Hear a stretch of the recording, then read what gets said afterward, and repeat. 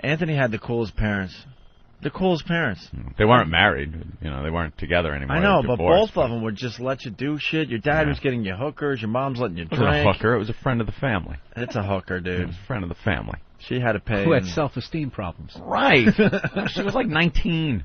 She was just a friend. How old were you when you lost your virginity again? 13. Yeah, see, I got to tell Bill. Bill, for my 13th birthday, I got a nice 10-speed bike. Anthony got a piece of ass.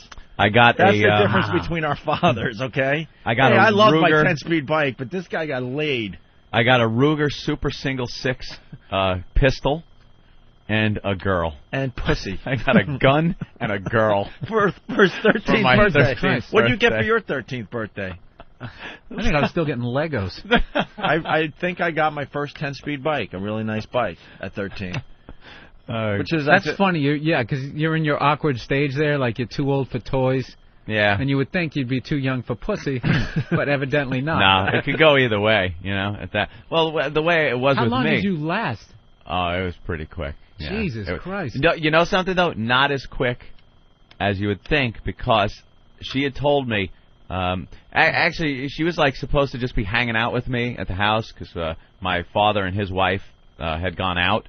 I guess with a wink to her, had gone out, left her over. We were watching, I think, Monty Python or something. What was the excuse they gave that she happened to be in the house with you? She used to hang out all the time. Yeah, but wouldn't she go out with them to the local bar? No, she was a little too young to be hanging out with them, because she was 19, but she was a little too old, obviously, to be hanging out with me and my friends. But she was just hanging out. Anthony's father pimped out one of his friends to his own son. So they went out. Amazing to me. They went out. We used to hang out, though, and watch TV. Buzz, Gay Richard used to come over and hang out, stuff like that. You know what's even funny about this shit is if you flipped, if it was a 19-year-old guy hooking up a 13-year-old girl, it's completely fucked up. Yeah, we talk about it all the time. This is really this is cool. And, it was 1942, so the war was still going on, and we were all, wondering how that was going to end anyway. Assholes. We just donated our toaster to the war effort. We had no tin foil. It really stunk back then. I bought her a pair of nylons. She was happy to see them. It was one of those things. Everyone left. She was there. We were watching. She asked me to go up and she goes, "Oh, go take a shower." And here's how inept I am. I didn't think that this was going to happen.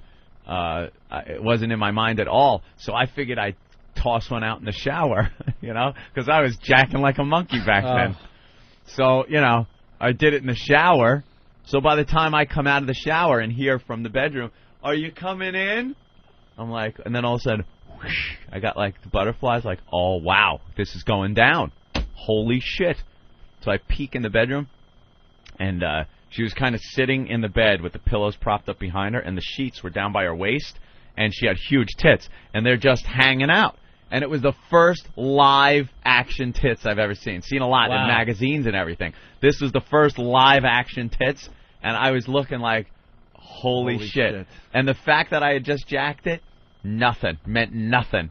It was like, whammo! Back again. Wow, man, you just got thrown right into the fire, huh? Oh, it was right into... Never seen titties to just getting laid. Never seen live titties. It was just, and it was the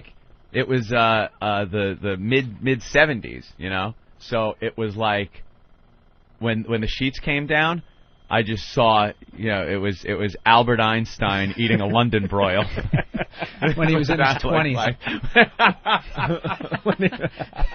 It was just the biggest bush. But I had gotten all of my reference from Playboys and Penthouse back then. Yeah. And the same thing. They were all big, hairy bushes back then. So, and That's it worked amazing. out well. And then, we wound up doing it a few times over the course of the next few years, Oh, I thought you meant over the course of the next 5 minutes. No, it was like a few, years went by and she was still hanging out.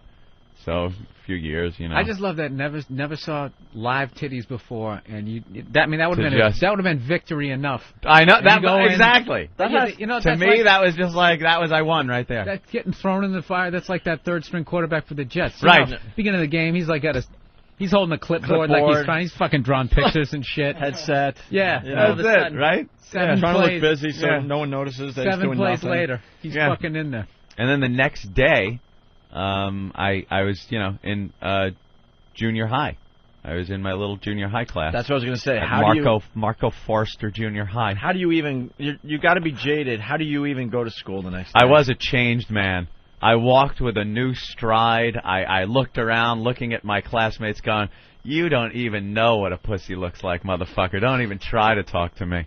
That is so weird. They're all what were they talking about? Dumb stuff, and you're like, I can't. They were talking, about anymore. the conversations. Maybe not the very next day, but over the course of time, the conversations would come up of girls and sex and things like that. And I kind of kept it under my hat, though. I really didn't talk about shit like that. I would just listen to what they were saying, and I didn't be like, "Dude, I got laid" and stuff. Right. It was just one of those things. I want to kind of keep it on the. All right, back to your mom and her hot friends. Oh yeah, so it was like 15 or so at the time, back in New York, and used to be able to go to this disco Chaz, and it was such a bittersweet thing because we did not want to set foot in a fucking disco. It was like the worst place you could be seen by your friends. All of my friends, we were into hanging out in the woods, drinking Jack Daniels and listening to Charlie Daniels and Molly Hatchet.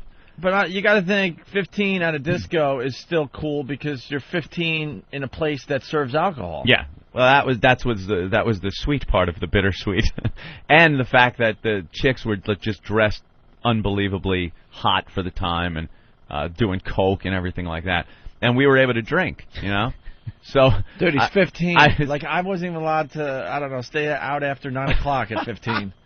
So I'm doing some shots and shit, and this one waitress that worked there was really hot, and I'm talking to her. And this is the whole thing, the just embarrassing part of this whole thing was I'm really thinking I'm doing well. I'm 15. She's like probably 27, 28, like that, really hot. And I'm 15, a hammered 15. And she's talking to me just to be nice because I'm Rose Kid, and, she's just being nice. And at one point, I just went, "I love you," and I leaned over and knocked all her drinks over. She had like a tray of drinks. I went to kiss her, and I go, "I love you," and I lean over, and she backs off, and I knock all her fucking drinks over, and everyone's laughing at me. Oh, it was so embarrassing. He's doing this at 15 years old. I was wrecked. I know people got doing coke. I just kept shaking that movie Over the Edge with Matt Dillon, all those kids. Eat it, you stinking pig. Oh man, shit! You certainly lived a life, bro. It was a very adventurous childhood. I do remember the older woman thing, thinking that she actually liked you. Because my uncle, at my grandma's beach house, we went there every weekend. My uncle had a bunch of friends his age, so he's about 12 years older than me. I was about maybe 11 or 12 at the time. So these girls are wandering around in their mid-20s in bikinis and stuff, and one paid extra attention to me, and I'm 12. So when you said, in my stupid 12-year-old head, right. I thought I had a shot. You got a shot. She's a fully developed woman. I'm 12, barely starting puberty, digging holes and stuff, at my grandma's beach house. And I remembered that's so weird. You got a shot. All of a sudden, there's something happens with your wiring inside. You're like, I think I might have a shot at this. Yep. And she was going off to go smoke pot with my uncle and drink beers, and I have basically sippy cups and but for some reason somewhere inside I'm thinking, oh my God, I have a massive crush on this girl and I think she likes me, because then she would pay attention to me and talk to me a little bit, but she obviously, now looking back, she was just being nice, Yeah. Because she was hanging out with my family. Yeah, that's what it is. They're being nice. To me, it was like, this is my dream girl, and I think we're going to get married. She really likes me. She really likes me. What a dope. Yeah, you got to grow up. Every guy still... Joe Namath still thinks he has a shot. See, do you hear him? Yeah. A few drinks in him, I love you. This is going to work, man. Me, her. He's got the whole thing planned out in his head.